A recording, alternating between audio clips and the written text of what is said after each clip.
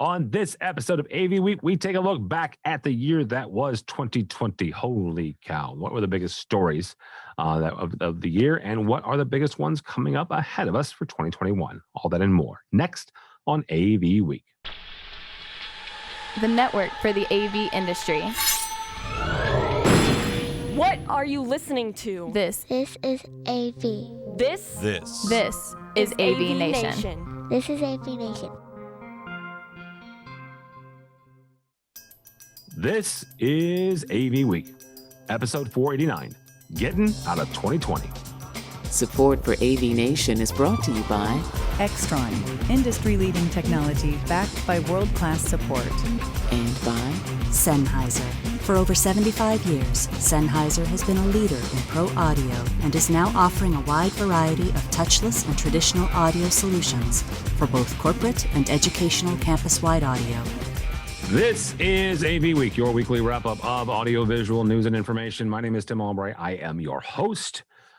This is what I have collectively chosen to call our best of and worst of for the year. It gives us a chance to kind of sit back, relax, and look back at the year that was and the year that will be. And oh, what a year it was. With us to discuss the biggest stories of the year. First and foremost, Megan Dutta from SCN Magazine and AV Network. Welcome, ma'am. Hi, thanks for having me today. Absolutely. Also with us, so Megan is due north of me in Chicago, due west of me, at roughly the same time distance, is my good friend Erica Williams from Henderson Engineers. Welcome, ma'am. Thank you. Glad to be here.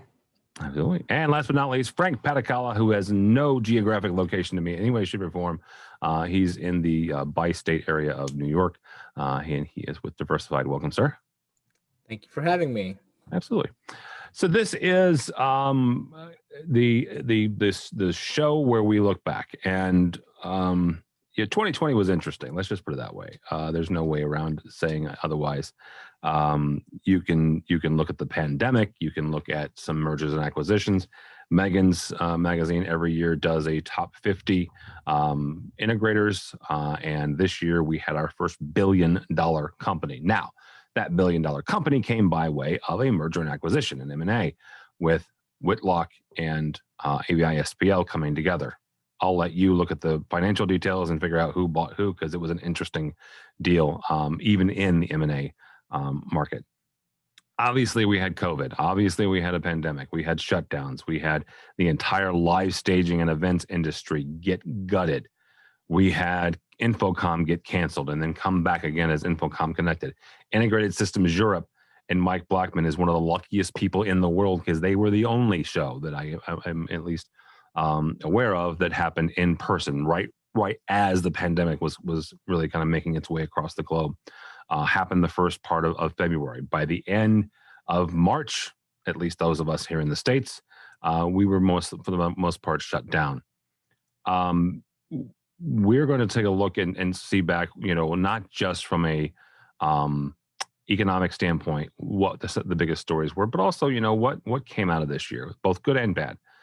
So Megan, we'll start with you. When it comes to 2020, there are some obvious candidates. So what for you was the biggest story of 2020? So I don't know if I have a single story that was the biggest, but I pulled the top 40 stories from SCN for the year from our website.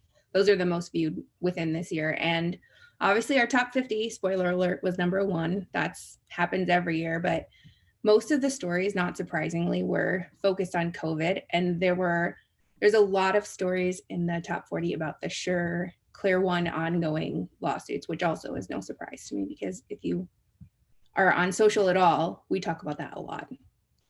So let's dive into that one really quickly. And the reason I have almost made an editorial decision at this point not to follow every nook and cranny and minutia of this. I mean, you guys do a really good job of posting both from the Clear One side as well as the Shure side, as well as what the judgments are being.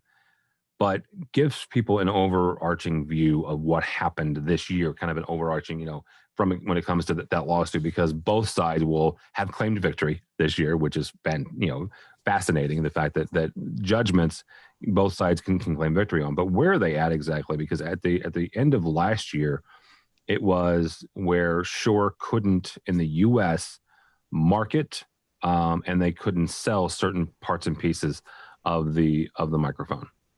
Well, they've updated the microphone since, and I want to say that you can't install it. Maybe it's a drop ceiling installation. I know there's a specific type of installation they can't sell it in. And I mean, they both, or maybe one accuse the other of corporate espionage this year. I mean, Yep. The year's gone by so fast, we've just kind of forgotten about that part of it. One of the latest stories in August, I remember, is about they threw out parts of the lawsuit. So I think it's just ongoing, and we're just going to continue to hear the back and forth with this part was thrown out, this part, there's an injunction on this part of it, and until one day it ends. One day, you swear, you promise. I hope. You and me both. All right, Mr. Paticalla, take a look back and see what exactly the biggest stories were from this year. I'm surprised that it probably is in your top 40 listed of the SEN articles. For me, I think Zoom is the number one newsmaker of the year, without a doubt. It's like, I do not know of a software platform, a service, a system, a base, foundation, whatever you want to call it. I've never seen something catch the world by surprise in 1 year. It's like, because I remember conversations about Zoom several years ago when it first came into the market. And I'm sure Erica will agree, because she probably looked into it then too. And we didn't take it as seriously, quite honestly, because there were other alternatives at the time.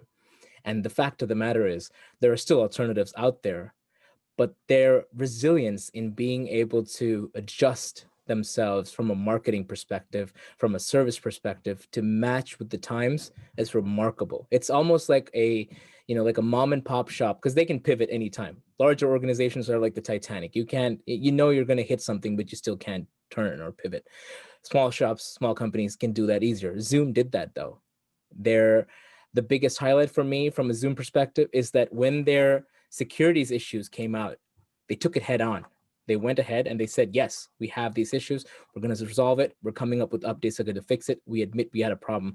That was a very unique approach, because usually what happens in security risks and flaws is that it's all hindsight. It's like, we didn't know about the extent of it, is the story that we typically hear. I bet you did, because that's why they have hundreds of people hopefully working in cybersecurity.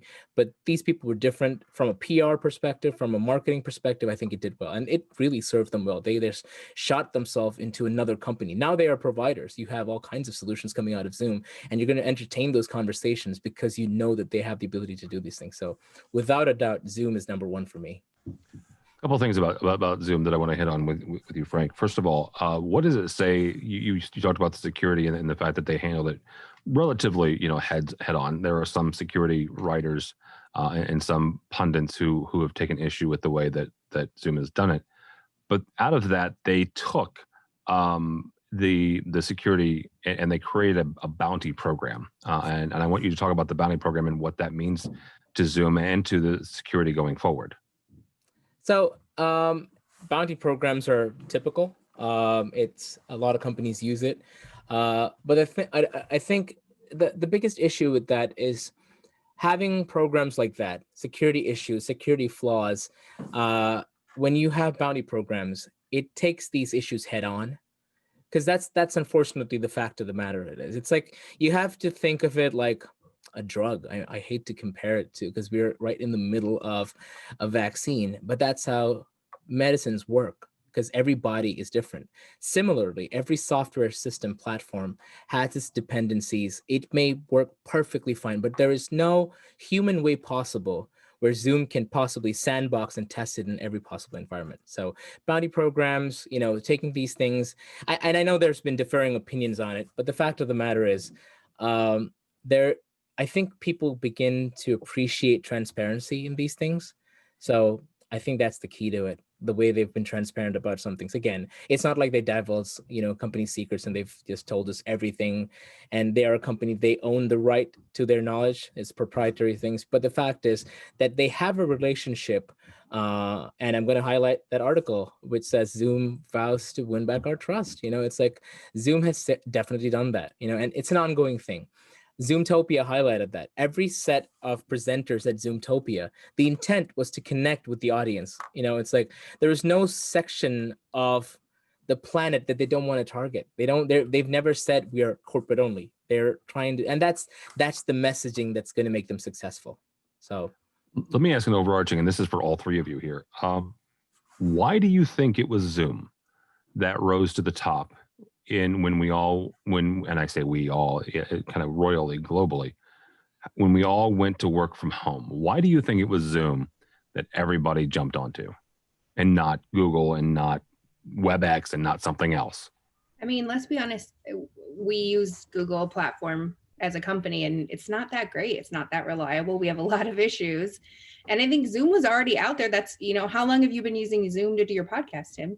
4 years, I think. Right. And the event platforms we use Zoom. I think it's already had the name, just people that were at home on the sidelines weren't maybe familiar with it because, why would your kid use Zoom to go to school or whatever they're doing with it, and now everyone is using every platform possible. Yeah, absolutely. I just think it's the name. It's so cool. It's like Zoom. It just rolls off your tongue. Like when people at home, it's like we don't want to do Teams. I don't want to be a team. I just want to Zoom. It's like, I mean, I'm kidding, but seriously though, it's like Megan is, that was an excellent point. It's been around for a while. They have been developing their platform. It's not like they just brought it, because it's impossible to improve, in a short span. And we've seen people do not think that other companies did not try to capitalize on this whole thing. There are plenty of UC platforms that came and we didn't hear about it because they didn't do what Zoom did. There are several Zoom copycats that have virtually identical UI experience as Zoom, but couldn't capture what Zoom did. So yeah, there are also some platforms that are using Zoom as their base. I mean, Ring Central. I think Ring Central uses them as the base. I mean, if you've done calls, and I've done a couple of them with some partners that we have, and the first time I logged into it, I'm like, well, this is Zoom, right? This is sort of, kind of, but then there's some quirkiness to it. So, yeah. Remember in the beginning of the pandemic when apps like House Party came out and everyone was on those for a hot minute, and then you just realize Zoom really, even for home, is the best solution in my opinion. Yeah, it'll be interesting to see what Teams will be able to do coming into 2021, because if you were a sports fan, and specifically an NBA fan, you were able to kind of experience some of that. They were able to bring you into the NBA experience. That's when they had the all together mode. That was the first time we saw that, and that's the platform that they'll be using at CES, the Consumer Electronics Show this year in 2021. So that will really kind of test the limits of Microsoft servers, but also test some of their capabilities. Yeah. All right, Erica, from your standpoint, from your vantage point, look back at 2020, and what was your biggest, or the one or two biggest stories of the year? Well, I was going to say Zoom because I mean, my life basically revolves around Zoom, and that was a big thing. All of the things that Frank said, but then on the back end, the support side, the companies that completely blocked down Zoom. There was a time when people were saying, no, we will not allow anybody to run Zoom on any of our company devices, and so you're just gonna have to figure something else out. And that caused a bit of an issue. But outside of that, two things kind of come to mind in the same vein as Microsoft. The way that Microsoft was able to accelerate the deployment of Teams features to try to keep up with Zoom was relatively impressive. Before we switched to Zoom, we used Skype for Business. And so, things just get done sluggishly slow usually because Microsoft is so large, and that's just what you expect. But at the rate that Microsoft was pumping out these new features to try and keep up with Zoom was super impressive. And it's going to be really interesting to see what happens there because, with Teams, you have to have an Office 365 subscription. And the benefit of Zoom is anybody on the street can go and get a free account. So that'll be interesting. And I think another big thing was hardware shortages. We had to take all these people who are normally in the office, they don't need this stuff. How are we going to keep these people connected? Because just being on a cell phone isn't going to be enough. So, running out of webcams, and I've talked to some people where they weren't able to get headsets, and they had to completely change the brands and stuff they were needing to buy. And hopefully we don't have to experience this again anytime soon, but I'm sure it probably affected the manufacturers, how they approach their stock and how they're able to build and push out their equipment. Well, let me kind of bring something back on that, because I want to bring up the fact that it's a Microsoft infrastructure. Is that why Teams was so readily adopted at first? And again, it's all three of you, because it is so baked into the Microsoft experience in the Office 365. And if so, does Microsoft not run the risk of another antitrust lawsuit, a la freaking Windows Explorer back in the 90s? I think being baked in definitely helps. It's right there, and they also ended support for Skype for Business this year or next year, but Skype for Business is going away. So companies were forced to switch to Teams anyway. And, you can make an audio call to somebody without a phone number, which is nice from any device. You can chat with people. You have Teams. It's a full project management tool. And I think people were like, holy crap, look at all this stuff that we can do, and it really took off. I just learned something today from Erica. It's a PM tool. Seriously? I didn't know. Yeah. Oh yeah. Okay. I do all of my project management in Teams, actually. Really? Yeah. Yeah, and that's actually what I was going to lead on to, because here's the thing. Microsoft is such a behemoth. At times they don't need to market things. But the fact is, Teams is not a replacement for Skype for Business. It's a feature. It has the features of Skype for Business. What Teams is really, and I'm gonna call this out. This is probably the first call in 2019 that I've done that we've gone so long without mentioning collaboration 200 times. So Frank, it's 2021 now, dude. You're like 2 years behind. I'm never going to stop saying 2021. You can probably on my show, I'll still say 2021 halfway into the year, or 2020. Sorry. That's all right. Go ahead. So the point is, it's a platform that you can replace emails. You can replace file sharing. You can replace your file explorer. It has apps on it. It has bots on it. The massiveness of what Teams is only understood by the people using it, right? It's an adoption thing, really. So in that sense, the fact that they even catered to the changes that Zoom brought on and they tried to keep up means that they want adoption. They want people to be impressed by it, and they're taking it to the next level. I feel Teams is a great solution. Like, I'm a huge Teams fan. I don't know if you could tell that by my, my tirade right now, but I love Teams for the fact that I don't like emails. I don't think emails are the way to go. It's like, I think it's antiquated, the fact that you have to copy 600 people on something and just blast out 40 emails back and forth, which can be accomplished with a simple IM that says yes or no. So Teams does that for you. It gives you the opportunity to pick and choose these things, to create teams. It's a platform. I wish it gets adopted in that way and not be direct competition to Zoom, because we need both. I feel there's applications where Teams cannot be used where Zoom is. Like, for example, this recording right now is definitely native to Zoom. If somebody says they want to do a recording on Teams, I can't do this beautiful matrix background that I have, so I'll probably say no to it. We like Zoom for that matter. But that's the thing. There's an application for each of these things. And really, to that point, and Mitchell's our producer in the background, and he and I have had basic conversations about this. But one of the aspects of Teams that we're going to look into next year is their NDI integration. And really briefly, if you're not familiar with what NDI is sending computer signals over your network, and not computer, camera signals over your network, and that is a simplification beyond belief. However, inside Teams, I can take each connection in a Teams as a separate NDI stream into a platform like OBS. Mitchell then in the background could record all of them, isolating them individually, as well as creating his own little platform and placemat and putting us individually into those things and record that all at the same time. That to me, as a producer, as somebody who creates audio and video content, is fascinating as well. And so that's something that we're going to be watching and playing around with. I am nowhere near going in the process of going away from Zoom. However, that is one of the aspects that is at least intriguing to play around with. Thanks so much for watching this first segment of AV Week. To check out the rest of the episode for free, click on the link below or go by the website, avnation.tv. It's avnation.tv.